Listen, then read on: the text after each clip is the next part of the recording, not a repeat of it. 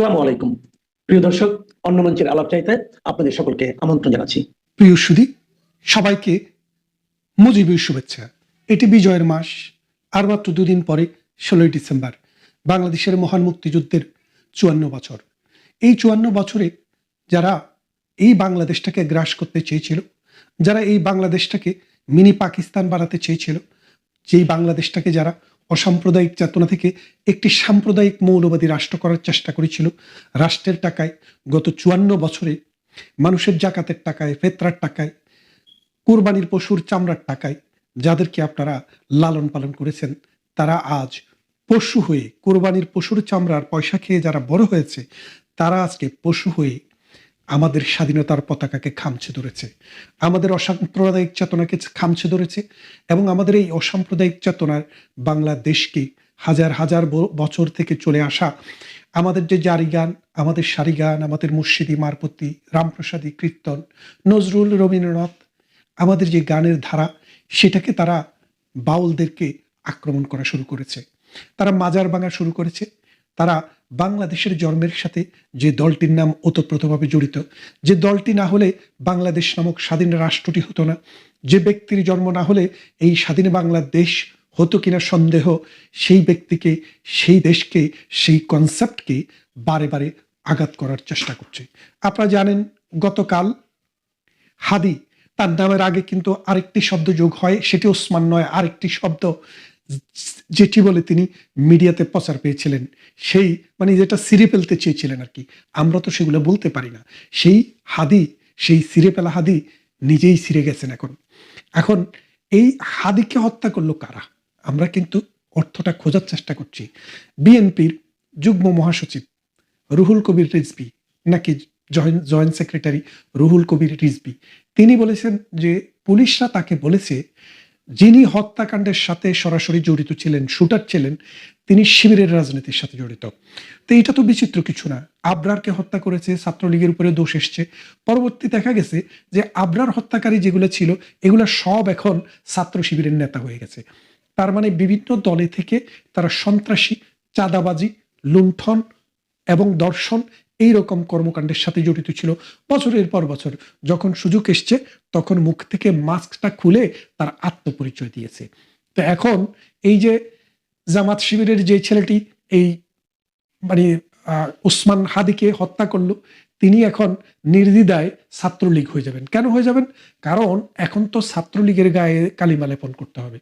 তারাই বলছে ছাত্রলীগ নেই, আওয়ামী লীগ নেই, তাহলে আসলো কোত্থেকে? তারা আছে তাহলে তাদের বাসায় না? এই হাদি কিন্তু মারা গেছে, হাদি কিন্তু জীবিত নেই, কিন্তু হাদিকে মৃত্যু ঘোষণা করা হবে 16ই ডিসেম্বর। কেন জানেন তো সেটা? মানে এটা দিয়ে আপনারা প্রমাণটা পাবেন এই কারণে যে এই সাম্প্রদায়িক গোষ্ঠী ছোট ছোট দোকান তৈরি করছে। এই জামাতে ইসলামী গত 30-40 বছর থেকে ছোট ছোট দোকান তৈরি করছে। এই দোকানগুলো দেখলে কোনোটা মুদির দোকান, কোনোটা শুটকি দোকান, কোনোটা আতরের দোকান, কোনোটা জায়নামাজের দোকান, কোনোটা বোরকার দোকান, কিন্তু এই দোকানগুলা নাম ভিন্ন ভিন্ন হলেও মালিকানা কিন্তু একটি, সেটা হলো বাংলাদেশের সাম্প্রদায়িক গোষ্ঠী, স্বাধীনতা বিরোধী গোষ্ঠী জামাতে ইসলামী। তারা 1971 সালে যখন মহান মুক্তিযুদ্ধ শুরু হয়, মহান মুক্তিযুদ্ধে জামাতে ইসলামের যে ছাত্র সংগঠনটি ছিল, তার নাম ছিল ইসলামী ছাত্র সংঘ। সেই ছাত্র সংঘ 3টি দল গঠন করেছিল, আল বদর, রাজাকার এবং আল শামস। এই 3টি বাহিনীর বিভিন্ন দল, কোনোটা রাজাকারের প্রধান ছিল নিজামী, আল বদরের প্রধান ছিল মুজাহিদ। এইভাবে এক একজন জামাতের নেতা এক একটার প্রধান হয়েছে এবং তারা ঢাকা বিশ্ববিদ্যালয়ের শিক্ষকদেরকে ধরে ধরে নিয়ে রায়ের বাজার বধ্যভূমিতে গুলি করে হত্যা করেছে, বায়োনেট দিয়ে খুঁচিয়ে হত্যা করেছে, অনেককে হাত পা বেঁধে হত্যা করা হয়েছে। 1971 সালের মহান মুক্তিযুদ্ধের পর রায়ের বাজার বধ্যভূমিতে শত শত লাশ, গলিত লাশ, অর্ধগলিত লাশ এবং তাজা লাশ পাওয়া গিয়েছিল। তাদের স্ত্রীরা, তাদের পুত্ররা, সন্তানরা যারা জীবিত ছিল, যারা দেখেছে, ধরে নিতে কারা কারা এসেছিল, তারা কিন্তু সাক্ষী দিয়ে বলেছে। তার মানে তাদের কেউই কিন্তু রাজাকার ছাড়া আর কেউ ছিল না। আল বদর ছিল, রাজাকার ছিল, আল শাম ছিল, আর কেউ না। এবং দেখেন, বাংলাদেশে অনেক বীর শ্রেষ্ঠ রয়েছেন, 7 জন। এই 7 জন বীর শ্রেষ্ঠের মধ্যে কাউকে কি আপনি কখনো মোল্লা দেখেছেন? জামাতে ইসলাম করেছে দেখেছেন? নেজামে ইসলাম দেখেছেন? দেখেননি। আরবি লাইনে পড়াশোনা করেছে দেখেছেন? দেখেননি। অথবা যারা বীর উত্তম ছিল, তাদের মধ্যে যারা বীরুত্তম হয়েছে দেশের জন্য যুদ্ধ করে, তাদের মধ্যে একজনও কি জামাতে ইসলামী অথবা কোনো ইসলামী লাইনে পড়াশোনা করা মৌলবাদী শাসক গোষ্ঠী, মানে আজকের যে জামাতে ইসলামী, তাদের কেউ ছিল? ছিল না। তারপরে বীর বিক্রম, তাদের মধ্যেও কেউ জামাতে ইসলামী ছিল না। তারপরে আসেন বীর পথিক, তাদের মধ্যেও কেউ ছিল না। কিন্তু এখন তারা দাবি করে তারাই শুধু মুক্তিযুদ্ধ চেয়েছে, তারাই বাংলাদেশ চেয়েছে, আওয়ামী লীগ চায়নি। এই যে মনে করেন মুনাফিকি, মুনাফিকি হচ্ছে তাদের রক্তে। এরা মুনাফিকি ছাড়া ওদের কোনো রক্তের মধ্যে আর কিছু নেই। ওরা গতকাল যা বলবে এর পরের দিন কিন্তু তারটা উল্টাইয়া বলবে। কারণ কি, মুনাফিক হিসেবে তাদেরকে যে প্রমাণ সেটা তো তারা দিতে হবে। 1971 সালের পর এই দেশে কিন্তু তারা রাজাকারী ছেড়ে যখন এই দেশ স্বাধীন হয়, যখন এই বিভিন্নভাবে পালিয়ে থেকে আস্তে আস্তে যখন সমাজে আসে, তখন আমরা দেখলাম তারা বলে যে না, আমরা তো স্বাধীনতার সপক্ষের। সেদিন মীর কাসেমের ছেলে বলল, আমার বাবা, মানে তার বাবা তাকে বলেছে যে আমরা স্বাধীনতা বিরোধী ছিলাম এই কারণে, আমরা মনে করি না এই বাংলাদেশ মনে হয় মুসলিম দেশ হিসেবে টিকে যাবে। আমরা যদি জানতাম যে আজকের মতো বাংলাদেশ মুসলিম দেশ হিসেবে টিকে যাব, অর্থাৎ তারা যদি জানতো, তাহলে তারা কিন্তু পাকিস্তানের পক্ষে থাকতো না, বাংলাদেশের পক্ষে থাকতো। তার মানে তাদের আত্মোপলব্ধির এই জায়গাটি তারা বলে, কিন্তু সত্যিকার অর্থে এখনো তারা বলছে 54 বছরের প্রতিশোধ নিতে হবে। 54 বছরের প্রতিশোধ নিতে হবে কে বলছে? জামাতের নমিনেটেড এমপি প্রার্থী। তাহলে আপনারা বোঝেন 54 বছর আগে কি হয়েছিল। তার মানে তাদের সাথে যে যুদ্ধ হয়েছিল সেই যুদ্ধটি বাংলাদেশের যুদ্ধ হয়েছিল। এখন তারা বাংলাদেশ চায় না, সার্ক অকার্যকর। এখন তারা ভারতকে বাদ দিয়ে পাকিস্তানের সাথে একটি কনফেডারেশন করতে চাচ্ছে, একটা নতুন ধরনের একটা অ্যালাইনমেন্ট করতে চাচ্ছে। কেন? কারণ পাকিস্তান তো মৌলবাদী উৎপাদন করে, জঙ্গি উৎপাদন করে। এই জঙ্গি এবং মৌলবাদীদেরকে যদি পাকিস্তান থেকে বাপদারাটাকে যদি তারা জিইয়ে রাখতে না পারে, তাদের রাজনীতিতে কিন্তু আর কোনো সম্বল নেই। 71 আমাদের, জারিগান আমাদের, সারিগান আমাদের, রবীন্দ্রনাথ, নজরুল, জীবনানন্দ, এরা সবাই আমাদের, গোলাম মোস্তফা আমাদের, সবাই আমাদের। কেন আমাদের? কারণ এরা এই বাংলাকে, এই বাংলার মানুষকে, সংস্কৃতিকে, সাহিত্যকে, ইতিহাসকে ভালোবেসেছে, মানুষের জীবনকে উন্নত করতে কাজ করেছে এবং কাজ করবে। আর জামাতে ইসলাম শুধু নিজে ছাড়া আর কাউকে বোঝে না। আপনি দেখেন, আওয়ামী লীগের কোনো নেতা যদি একটি ব্যাংক তৈরি করে, সেখানে কিন্তু পাড়া প্রতিবেশী এলাকার ছেলেবেলে, শিবির হোক, বিএনপি হোক, আওয়ামী লীগ হোক, তারা চাকরি পাবে। কিন্তু জামাত শিবিরের কোনো প্রতিষ্ঠানে জামাত ছাড়া পিয়নের চাকরিও হয় না। তার মানে হচ্ছে জামাতকেই তারা আলাদা একটা ধর্ম মনে করে। আর আমরা যারা মুসলমান, তাদের জন্য জামাত করা হারাম। কারা বলেছেন? 1200 আউলিয়া, অলি, দেওবন্দ, যাদের হাত ধরে এই ভারতবর্ষে ইসলাম এসছে, তারা বলেছে, আমি তো বলিনি। আপনি দেখেন, আপনি বাংলাদেশের এই হাটাজারিতে যান, তারা বলছে। এবং হাত পাকা নিয়ে যিনি মাওলানা ওয়াজ করেন, এখন জামাতের লগে লিঙ্ক করার চেষ্টা করছেন, তিনি বলেছেন পৃথিবীতে এই দেশে যদি কোনো কমিউনিস্ট পার্টিও, ইসলাম বিরোধী কোনো শক্তিও যদি এদেশের ক্ষমতায় আসে, তারপরও ইসলাম বেঁচে থাকবে, আশা থাকবে। কিন্তু জামাতে ইসলামী যদি ক্ষমতা আসে, তাহলে ইসলাম বেঁচে থাকার আর কোনো আশাই থাকে না। তাহলে দেখেন, এই দেশটাকে ধ্বংস করা, ইসলামকে ধ্বংস করা, মানুষের যে রীতি নীতি, হাজার বছরের সাংস্কৃতিক ধারাবাহিকতা, সেটাকে ধ্বংস করার জন্যই কিন্তু জামাত শিবির উঠে পড়ে লেগেছে। এই আমাদের 16ই ডিসেম্বর, এই 16ই ডিসেম্বর যে হাদিকে হত্যা করেছে বিএনপির, জামাতের লোকেরা, বিএনপির লোক না, সরি, কারণ বিএনপির নামে নাম দেওয়া হয়েছে, কিন্তু বিএনপির নেতারা বলছে, পুলিশ তাদেরকে বলেছে, আমি তো নাম দিয়ে বললাম, রিজভি বলেছে যে যে হত্যাকারী, শুটার যাকে পাওয়া গেছে, সে ওই তার সাথেই ছিল, হাদির সাথেই ছিল। কি ফাটাইয়া ফেলতে বলছে না, সেটা ফাটাইয়া দিছে। সে হাদিকে গুলি করছে। গুলি করা এটা ধরাও পড়েছে সিসিটিভি ক্যামেরায়। এবং আপনারা বোঝেন, আওয়ামী লীগ তো একটা জায়গা যেটাকে আপনারা পাইছেন যে দোষ হইলে ওখানে দিতে পারবেন, দিতেই থাকেন। কিন্তু বাংলাদেশের মানুষ এত বোকা না, বাংলাদেশের মানুষ বোঝে। আর আওয়ামী লীগ যদি মনে করেন যে এত শক্তিশালী, তাইলে ভয়ে আরো একটু নত হন। সময় আসছে, একে একে আপনাদের সবাইকে ধরা হবে, গুলি করে নয়, আইনের আশ্রয় নিয়ে আসা হবে। সেদিন হয়তো দূরে আছে, একটু দূরে, খুব বেশি দূরে না। এদেশের মানুষ মুক্তিযুদ্ধের সময়ও বহু কষ্ট করছে, বহু শ্রম দিয়েছে। বেশিরভাগ শ্রম দেওয়া, কষ্ট করা মানুষরা ছিল মুক্তিযুদ্ধের সপক্ষের, স্বাধীনতার সপক্ষের আওয়ামী লীগের মানুষ। কারণ আওয়ামী লীগের নেতৃত্বেই এই মুক্তিযুদ্ধটি হয়েছে। মাঠে মুক্তিযুদ্ধ যখন হয়, আর্মিরা মুক্তিযোদ্ধাদের ট্রেনিং দিয়েছে এবং যুদ্ধ করেছে, কিন্তু এটার পরিচালনার ভার, রাষ্ট্র পরিচালনার ভারের মতো আওয়ামী লীগের হাতেই ছিল। সুতরাং এই আওয়ামী লীগের নেতৃত্বে যে মুক্তিযুদ্ধ হয়েছে, সেই মুক্তিযুদ্ধের আজকে 54 বছর। এই 54 বছরের বিজয় দিবস আমরা এবার করতে পারছি না। আপনারা বিজয় দিবসের ডিসেম্বরের 1 তারিখ থেকে আপনারা দেখতেন রেডিওতে বিজয়ের গান, এখন আর বিজয়ের গান নেই।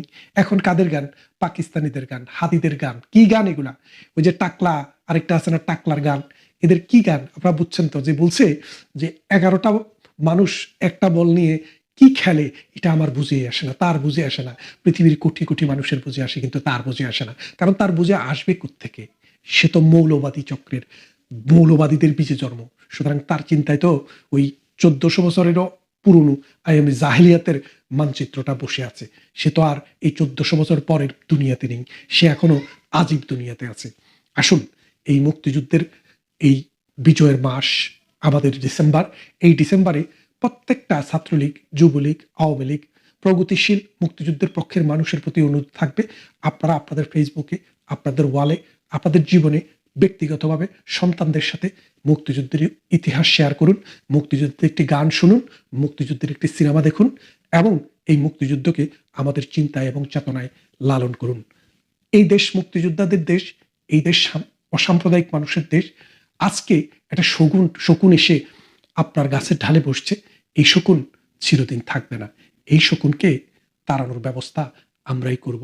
আরেকটি মুক্তিযুদ্ধ হবে, সেই মুক্তিযুদ্ধটি আপনারা যারা শরিক হতে চান, আপনাদের জীবদ্দশায় সেই সুযোগ হয়তো আপনাদের কাছে আসবে।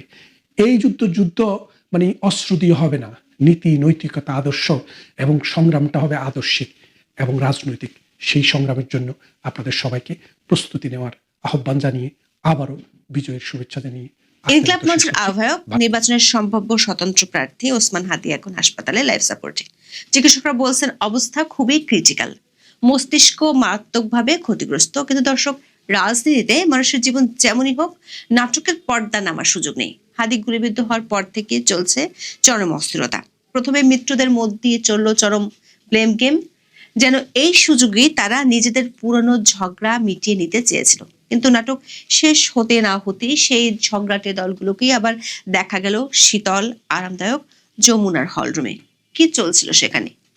1 মিনিটের জন্য মনে হয়েছিল এই মিত্ররা বুঝি এবারের নির্বাচন একসঙ্গে করবে না।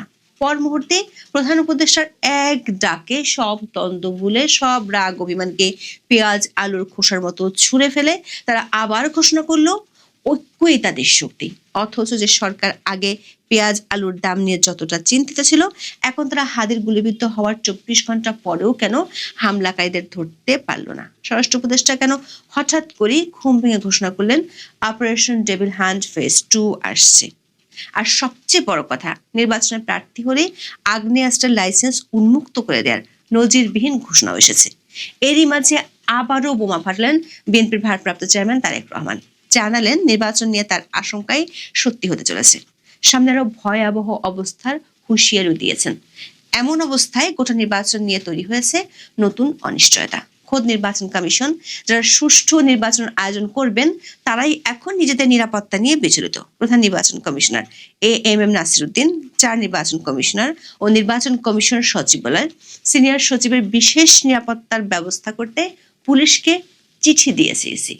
এমন পরিস্থিতিতে প্রশ্ন উঠেছে, আইন শৃঙ্খলার চরম অবনতির দায় সরকার কিভাবে অস্বীকার করবে? যমুনায় সংলাপের নতুন দৃশ্যের মাধ্যমে কি ধামা চাপা দেয়া যাবে মাঠের আতঙ্ক? মিত্রদের প্রকাশ্য মল্লযুদ্ধ কতবার শীতল করা যাবে যমুনার আইসি হলরুমে ডেকে? নির্বাচনের বাকি যেখানে 2 মাসেরও কম, তখন কেন এত অনিশ্চয়তা? বিস্তারিত জানতে চলুন যাওয়া যাক বিশ্লেষণ। ডিসেম্বর দুপুরে বিজয়নগরে নির্বাচনী প্রচারের সময় গুলিবিদ্ধ হন হাদি। প্রথমে ঢাকা মেডিকেলে, তারপর সন্ধ্যায় তাকে এভার কেয়ার হাসপাতালে নেওয়া হয়। 13 ডিসেম্বর সন্ধ্যায় হাসপাতাল পরিচালক ডাক্তার আরিফ মাহমুদ যা জানিয়েছেন তা খুবই আশঙ্কাজনক। হাদির অবস্থা খুবই ক্রিটিক্যাল এবং তিনি কৃত্রিম শ্বাস প্রশ্বাসে আছেন। মেডিকেল বোর্ড গঠন করে চিকিৎসা চললেও চিকিৎসকরা কোনো আশার নিশ্চয়তা দিতে পারছেন না, কারণ তার মস্তিষ্ক মারাত্মকভাবে ক্ষতিগ্রস্ত হয়েছে, ফুসফুসেও আঘাত রয়েছে। ব্যাপারটা দেখুন, নির্বাচনের তফসিল ঘোষণার পরের দিনই রাজধানীর প্রকাশ্য রাস্তায় একজন সম্ভাব্য প্রার্থী গুলিবিদ্ধ হয়েছেন। সরকার এই 2 দিন আগেও বলেছিল নিরাপত্তার কোনো ঘাটতি নেই, আইন শৃঙ্খলা বাহিনী সর্বোচ্চ প্রস্তুত। কিন্তু রাতারাতি দৃশ্যপট বদলে গেল। এই পরিস্থিতিতে সরকার, যারা আইন শৃঙ্খলার চরম অবনতির দায় কোনোভাবেই অস্বীকার করতে পারে না, তারা এই ব্যর্থতা ঢাকতে কি করলো? এর উত্তর হলো আবার সংলাপের নাটক, যেখানে কমেডি আর সিরিয়াসনেস একাকার। হাদি গুলিবিদ্ধ হওয়ার সঙ্গে সঙ্গে শুরু হলো ব্লেম গেম ফেস্টিভ্যাল। প্রথমে ধাক্কা সামলাতে পারেনি বিএনপি, হাদির সহকর্মীরা সোজা সাপটা বিএনপিকে দায়ী করেন। এমনকি ঢাকা ৮ আসনে জামাতের সম্ভাব্য প্রার্থী ছাত্র শিবিরের কেন্দ্রীয় নেতা এবং ডাকসু ভিপি সাদিক কায়েম ফেসবুকে এসে সরাসরি ইঙ্গিত দিলেন বিএনপির দিকে। এর ফল কি হলো? ঢাকা ৮ আসনের বিএনপির প্রার্থী মির্জা আব্বাস হাসপাতালে হাদিকে দেখতে গিয়ে রীতিমতো তোপের মুখে পড়লেন। কিন্তু বিএনপির মহাসচিব মির্জা ফখরুল ইসলাম আলমগীর তো আর চুপ করে বসে থাকা লোক নন। তিনি ১২ ডিসেম্বর তোপ দাগলেন জামাতের দিকে। পরদিন আরো স্পষ্ট অভিযোগ তুললেন রুহুল কবির রিজভী। তিনি পুলিশের বরাত দিয়ে দাবি করলেন হামলায় জড়িত জামাত শিবির। সঙ্গে সঙ্গে সাদিক কায়েম পাল্টা পোস্ট দিয়ে রিজভীর কাছে প্রকাশ্য ক্ষমা চাইলেন। পরে অবশ্য রিজভীও দুঃখ প্রকাশ করলেন, কিন্তু কাদেরকে ইঙ্গিত করে বলছিলেন তার বলার অপেক্ষা রাখে না। দর্শক, এই দৃশ্য দেখে মনে হচ্ছিল তাদের এই মল্লযুদ্ধ বুঝি সত্যি, কিন্তু না। রাজনীতিতে লোক দেখানো রাগ অভিমানের মেয়াদ খুব বেশিক্ষণ টেকে না। এই যে কিছুক্ষণ আগে বিএনপি আর জামাত চুলোচুলি করছিল, ফেসবুকে একে অপরকে চাঁদাবাজ আর হামলাকারী বলছিল, এটা যে আসলে তাদের লিমিটেড ভার্সন মারামারি ছিল তা প্রমাণ হতে সময় লাগলো না। প্রধান উপদেষ্টার ডাক পড়লো এবং নিয়ম মেনে প্রধান ৩ মিত্রদল বিএনপি, জামাত ও কিংস পার্টি এনসিপি ছুটে গেল যমুনার দরবারে। বাহিরে যতই রুদ্রমূর্তি থাকুক, যমুনার শীতল কক্ষে তারা সবাই ছিলেন অন্তরঙ্গ। বৈঠক শেষে বেরিয়ে এসে বিএনপি নেতা সালাউদ্দিন আহমেদ যা বললেন তাতে স্পষ্ট তারা ফ্যাসিবাদ বিরোধী জাতীয় ঐক্য অটুট রাখবেন। অর্থাৎ মাঠে যতই জামাত বিরোধী কামানোর গোলা দাগা হোক না কেন, যমুনা তাদের নিয়ে যাবে আওয়ামী বিরোধী মোহনায়। এনসিপির আহ্বায়ক নাহিদ ইসলাম তো আরো এক ধাপ এগিয়ে সরাসরি ভারতের উপর দোষ চাপিয়ে দিলেন। তিনি বললেন, দিল্লিতে বসে বাংলাদেশ বিরোধী সব ধরনের তৎপরতা চালাচ্ছে আওয়ামী লীগ। ভারত সরকারের মদত ছাড়া আওয়ামী লীগ এ ধরনের পরিকল্পনা করতে পারে না। দর্শক, এত বড় একটা ঘটনার দায় সরকারকে নিতেই হলো না, সমঝোতা হয়ে গেল। ৩ মিত্রদল একসঙ্গে প্রতিজ্ঞা করলো তারা দ্বন্দ্ব ভুলে এক থাকবে, ষড়যন্ত্র ঠেকাতে ঐক্যবদ্ধ থাকবে। প্রধান উপদেষ্টার বক্তব্য তো আরো মজার। তিনি বললেন, হাদির উপর হামলা পূর্ব পরিকল্পিত ও গভীর ষড়যন্ত্রের অংশ। এর পেছনে বিরাট শক্তি কাজ করছে। উদ্দেশ্য হলো নির্বাচনটি না হতে দেওয়া। আক্রমণটি খুবই সিম্বলিক। যদি বিরাট শক্তি কাজ করে, তাহলে প্রশ্ন হলো, হাদিকে গুলি করার ২৪ ঘন্টা পরেও কেন একজন সন্দেহভাজন হামলাকারীও ধরা পড়লো না? সরকার কি এমন একটি ঘটনা ঘটার অপেক্ষা দিয়েছিল? স্বরাষ্ট্র উপদেষ্টার অবস্থাটা দেখুন। তিনি আগে নাকি পেঁয়াজ আলু নিয়ে বেশি উদ্বিগ্ন ছিলেন, আর এখন হাদি গুলিবিদ্ধ হওয়ার পর অবশেষে তার ঘুম ভেঙেছে। আর ঘুম থেকে উঠিয়ে যে ঘোষণাগুলো দিলেন তাতে হাসি না কান্না বোঝা মুশকিল। প্রথম ঘোষণা শুরু হচ্ছে অপারেশন ডেভিল হান্ট ফেজ 2। দর্শক, গত বছর অগস্টে পুলিশ ও এসএসএফ এর যেসব অস্ত্র লুট হয়েছিল তার মধ্যে এখনো ১৩৫০ বেশি অস্ত্র ধরাছোঁয়ার বাইরে। সরকার অপারেশন ডেভিল হান্ট শুরু করে, পরে পুরস্কারও ঘোষণা করেছিল, কিন্তু কাজের কাজ কিছুই হয়নি। সেই ১৩৫০-র একটা উদ্ধার হয়নি। এখন সেই ব্যর্থ মিশনে আবার নামছেন। কেন? ফ্যাসিস্ট টেররিস্টদের দমনের উদ্দেশ্যে আর হাদির আক্রমণকারীদের ধরিয়ে দিতে ৫০ লাখ টাকা পুরস্কার ঘোষণা করা হয়েছে। কিন্তু প্রশ্ন হলো, অতীতে যেখানে বৈধ অস্ত্র নির্বাচনের সময় ফেরত নেওয়া হতো, সেখানে সরকার উল্টো কেন এবার সবাইকে অস্ত্র ব্যবহারের অনুমতি দিচ্ছে? স্বরাষ্ট্র উপদেষ্টা বলছেন, নির্বাচনের প্রার্থীরা চাইলে সরকার অস্ত্রের লাইসেন্স দিবে। সংসদ নির্বাচনের ৩০০ আসনে যদি গড়ে ১০ জন করেও প্রার্থী থাকেন, তাহলে ৩,০০০ প্রার্থীর হাতে অস্ত্র লাইসেন্স দেওয়া হবে। এত অল্প সময়ে পুলিশ ভেরিফিকেশন শেষ করে এই লাইসেন্স সরকার কিভাবে দেবে? এটা কি নতুন কোনো লটারি? নাকি সরকার বলতে চাইছে, আপনার নিরাপত্তা আপনি দেখুন, আমরা ফিরে যাব? স্বরাষ্ট্র মন্ত্রণালয়ের এমন উদ্ভট সিদ্ধান্তের মধ্যে খোদ নির্বাচন কমিশনে এখন বিচলিত। নির্বাচন কমিশনের কাজ কি? নির্বাচনে অংশ নেওয়া প্রার্থী, ভোটার সহ সকলের নিরাপত্তা নিশ্চিত করতে প্রশাসনকে নির্দেশ দেওয়া, তাই তো। কিন্তু এখানে দৃশ্যপট পুরো উল্টো। যারা নির্বাচন পরিচালনা করবেন তারাই এখন নিজেদের নিরাপত্তা নিয়ে বিচলিত। ১৩ ডিসেম্বর ইসি সচিবালয় থেকে চিঠি পাঠানো হয়েছে ঢাকা মহানগর পুলিশ কমিশনারের কাছে। তারা প্রধান নির্বাচন কমিশনার, ৪ নির্বাচন কমিশনার এবং সিনিয়র সচিবের জন্য বিশেষ নিরাপত্তা চেয়েছে। সিএসির জন্য অতিরিক্ত গাড়ি সহ পুলিশ এসকর্ট, আর বাকি কমিশনারদের জন্য বাসভবন ও অফিসে যাতায়াত সহ সার্বক্ষণিক গাড়ি সহ পুলিশি এসকর্ট চাওয়া হয়েছে। শুধু তাই নয়, ঢাকা, চট্টগ্রাম ও খুলনার আঞ্চলিক নির্বাচন কর্মকর্তা ও রিটার্নিং কর্মকর্তাদের সার্বক্ষণিক নিরাপত্তার জন্য গানম্যান নিয়োগের নির্দেশ দিয়েছে ইসি। যদি নির্বাচন কমিশনই বলে ভাই আমাদের বাঁচাও, আমাদের এক্সট্রা নিরাপত্তা লাগবে, তাহলে ভোটার আর প্রার্থীরা কোথায় যাবেন?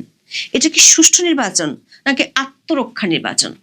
এদিকে বিএনপির ভারপ্রাপ্ত চেয়ারম্যান তারেক রহমান, যিনি নিজের নিরাপত্তার ঝুঁকির কথা বলে দেশে আসছেন না, তিনিও নতুন বোমা ফাটালেন।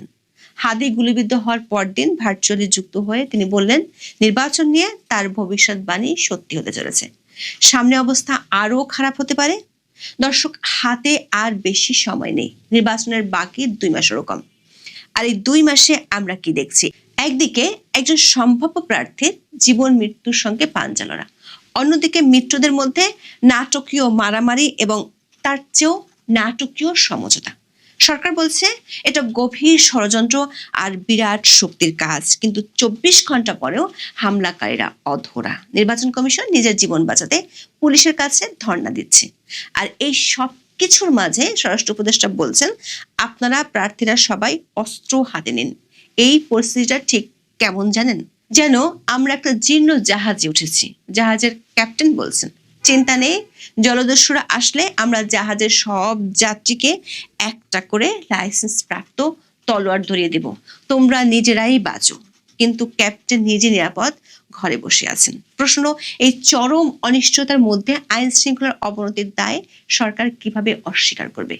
যমুনার আরামদায়ক সংলাপের মাধ্যমে কি মাঠের আতঙ্ক ধামা চাপা দেওয়া যাবে? নিরাপত্তা দিতে ব্যর্থ সরকার প্রার্থীদের অস্ত্রের লাইসেন্স দিয়ে কি অবস্থা সামাল দিতে পারবে, নাকি দেশ আরো অবনতির পথে হাঁটবে?